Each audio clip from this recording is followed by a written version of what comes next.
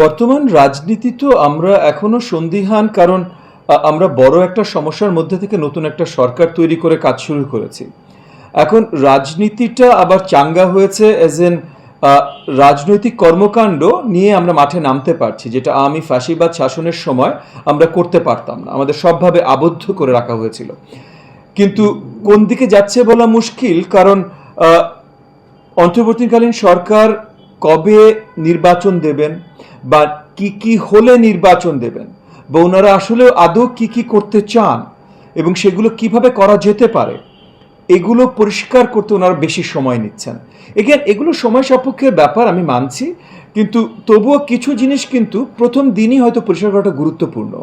মানে ওনারা হয়তো 8 তারিখে যখন ওনারা শপথ নিলেন, তারপর 9 তারিখ বা 10 তারিখের ভিতরে কিন্তু ওনারা মিনিমাম এটুকু জানাতে পারতেন যে ওনাদের লক্ষ্য উদ্দেশ্যটা কী।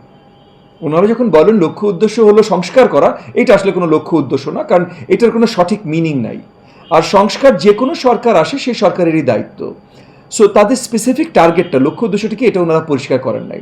ওনারা যদি একবার পরিষ্কার করতে যে আমাদের লক্ষ্য উদ্দেশ্য সুন্দর, সুষ্ঠু এবং জনগণের প্রতিনিধিত্বমূলক একটা নির্বাচন, এটা যদি ওনারা বলতেন, আমরা তখন জেনে যেতাম যে এই কাজটা করতে এসছেন। এবং এই কাজটা করার জন্য সময় অনেক লাগতে পারে, কারণ যে ভঙ্গুর অবস্থায় দেশ রেখে গেছে হাসিনা। কিন্তু ওনারা এটাও এখনো পরিষ্কার করেননি। ওনারা কমিশন দিয়েছেন, রাজনীতিবিদদের সাথে কথা বলেননি।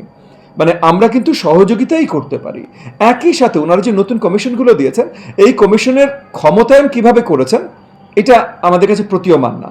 সো আসলে এই কমিশনগুলোর ক্ষমতা আদৌ আছে কি না এটাও আমরা জানি না। কমিশন শুধু বানানো হলে, মানে একটা, যেমন মনে করেন একটা মিনিস্ট্রি বানালেন বা একটা সেক্রেটারিয়েট বানালেন, এটার জনবল আছে, এটার আইনত দায়িত্ব আছে, এটার আইনত শক্তি আছে যেটা এটা করতে পারে, এটা করতে পারে না।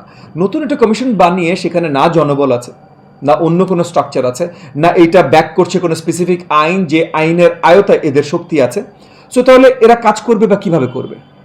সো হয়তো এমনও হতে পারতো যে এই কমিশনের বদলে এই কমিশনটাকেই ওই পার্টিকুলার ইনস্টিটিউশনের দায়িত্ব দিয়ে দেওয়া যেত, এবং এই প্রত্যেকটা কাজের সাথে রাজনৈতিক দলগুলো, বিশেষ করে যে রাজনৈতিক দলগুলো এবং রাজনৈতিক নেতৃবৃন্দ যারা এই গণ আন্দোলনের সাথে সম্পৃক্ত ছিল, যারা হাসিনা সরকার নামানোতে বড় অবদান রেখেছে, তাদেরকে যদি সম্পৃক্ত করা হতো তাহলে হয়তো আরো ভালোভাবে এগুলো সব ঠিকভাবে হতো এবং আমরা আরো ভালোভাবে বুঝতে পারতাম কোন দিকে রাজনীতি এবং দেশ যাচ্ছে।